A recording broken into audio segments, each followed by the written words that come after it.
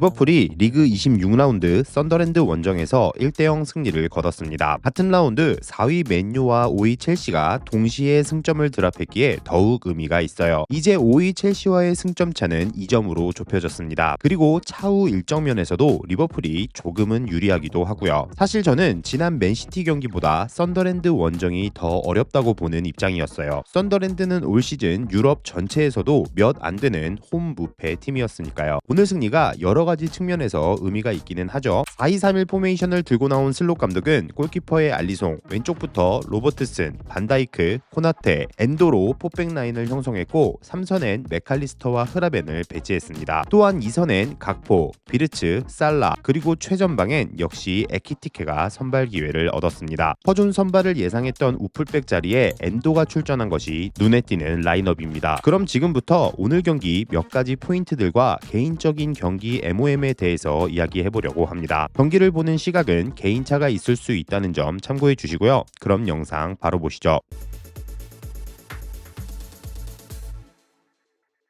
나비 효과.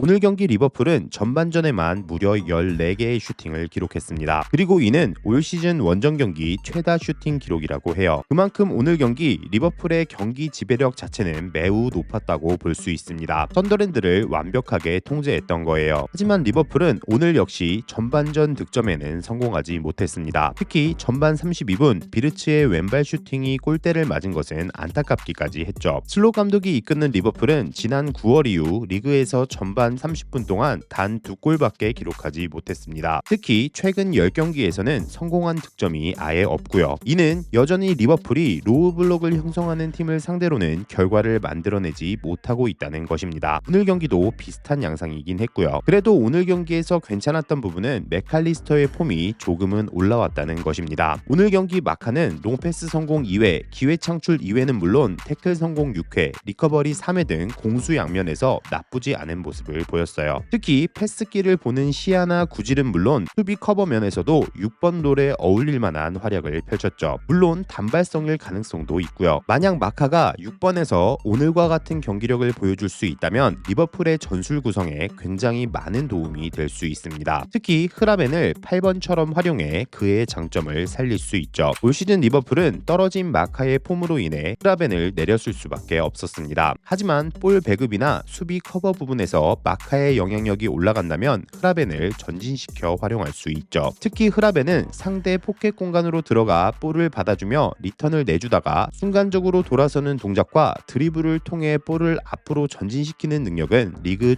최정상급이라고 볼 수 있습니다. 또한 자신이 직접 오른쪽 하프 스페이스 침투를 통해 또 다른 득점 기회를 창출할 수도 있고요. 결국 흐라벤의 최대 장점은 부드러운 턴 동작을 활용한 탈압박과 전진성에 있습니다. 6번보다는 8번에서 훨씬 더 효율이 좋은 선수라는 거예요. 이처럼 마카의 폼이 회복된다는 것은 리버풀에 많은 나비 효과를 가져올 수 있습니다. 로우 블록을 형성하는 팀을 상대로 공간을 창출할 수 있는 또 다른 옵션이 생길 수 있다는 거예요. 다만 마카를 다음 시즌에도 리버풀의 1옵션 3선 자원으로 보기는 아직까지는 어렵습니다. 턴오버가 너무 많다는 것은 오늘 경기에서도 유효했고요. 코나테 vs 브로비.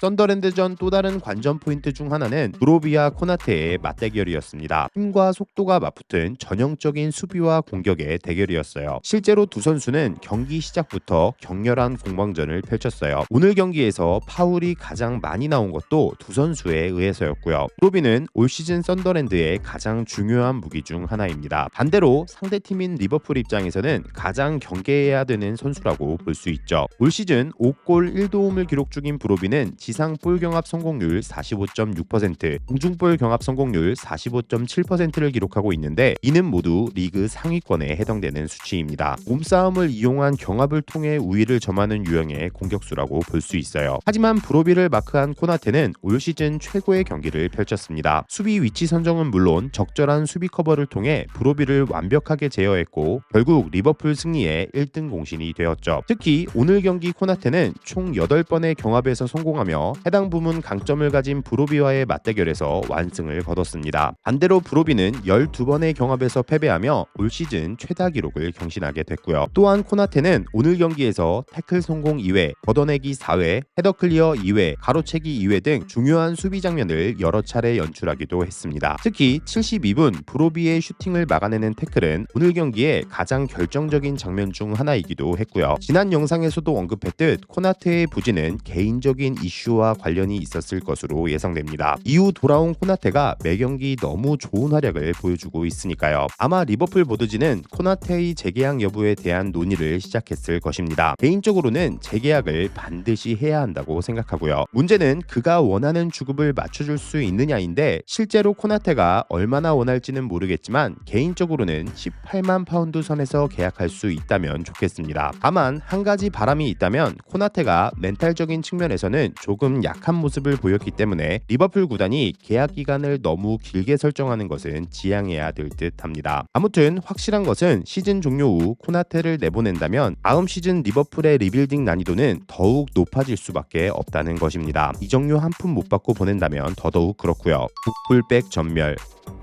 리버풀에게 썬더랜드전 승리는 여러 가지 측면에서 대단히 중요합니다. 하지만 오늘 경기로 인해 우풀백 자리에 대한 걱정거리는 또다시 늘어나게 되었죠. 오늘 리버풀은 제레미 프림퐁의 부상과 코너 브래들리의 시즌 아웃, 거기에 고메즈는 선발 출전은 무리라는 의료진들의 조언이 있었다고 합니다. 그리고 소보슬라이는 지난 주말 맨시티전 레드카드로 인해 출전 정지 징계를 받았고요. 그리고 엔도가 리버풀의 5번째 우풀백 옵션으로서 오늘 경기에 선발로 기용되었습니다.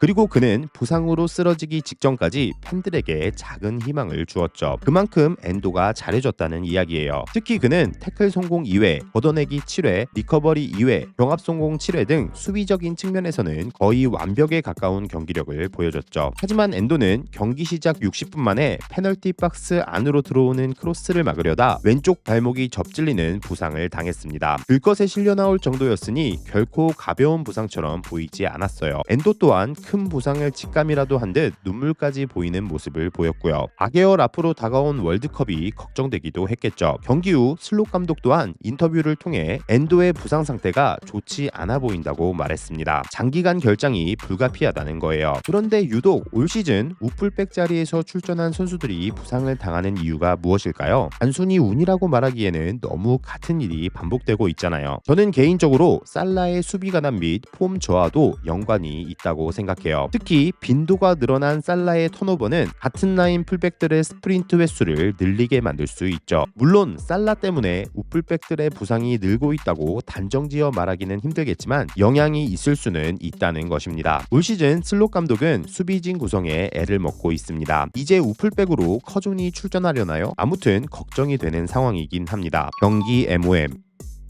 오늘 경기 리버풀은 몇몇 선수들을 제외하고는 모두 다 제 역할을 해냈습니다. 그중 주장인 반다이크는 본업인 수비는 물론 결승골까지 기록하는 최고의 활약을 펼쳤고요. 해부 스탯을 살펴보면 반다이크가 얼마나 대단한 활약을 펼쳤는지 제대로 알 수 있습니다. 사실 저도 조금 놀라기는 했어요. 오늘 경기 반다이크는 걷어내기 14회, 헤더 클리어 11회, 경합 성공 9회 등 수비적으로 거의 완벽에 가까운 모습을 보였습니다. 뿐만 아니라 공격 지역으로의 패스 13회, 롱패스 성공 3회 등 후방에서의 볼 배급도 매우 좋았고요. 물론 헤더 결승골이 가장 크기는 합니다. 하지만 저는 그럼에도 오늘 경기 MOM으로 플로리안 비르츠를 선정하고 싶습니다. 이제 비르츠의 적응 문제는 완전히 끝난 듯해요. 오늘 경기 비르츠는 기회 창출 2회, 유효 슈팅 2회, 드리블 성공 2회, 롱패스 성공 3회 등 수치상으로도 좋은 활약을 펼쳤습니다. 하지만 비르츠의 진짜 가치는 숫자만으로는 제대로 알 수가 없어요. 그는 리버풀의 공격 시퀀스 대부분에 영향을 미치는 움직임을 보여주었죠. 비르츠 관련 이야기는 너무 길어질 듯하여 추후 영상으로 따로 제작해보도록 할게요. 생각보다 할 얘기가 많더라고요. 마무리.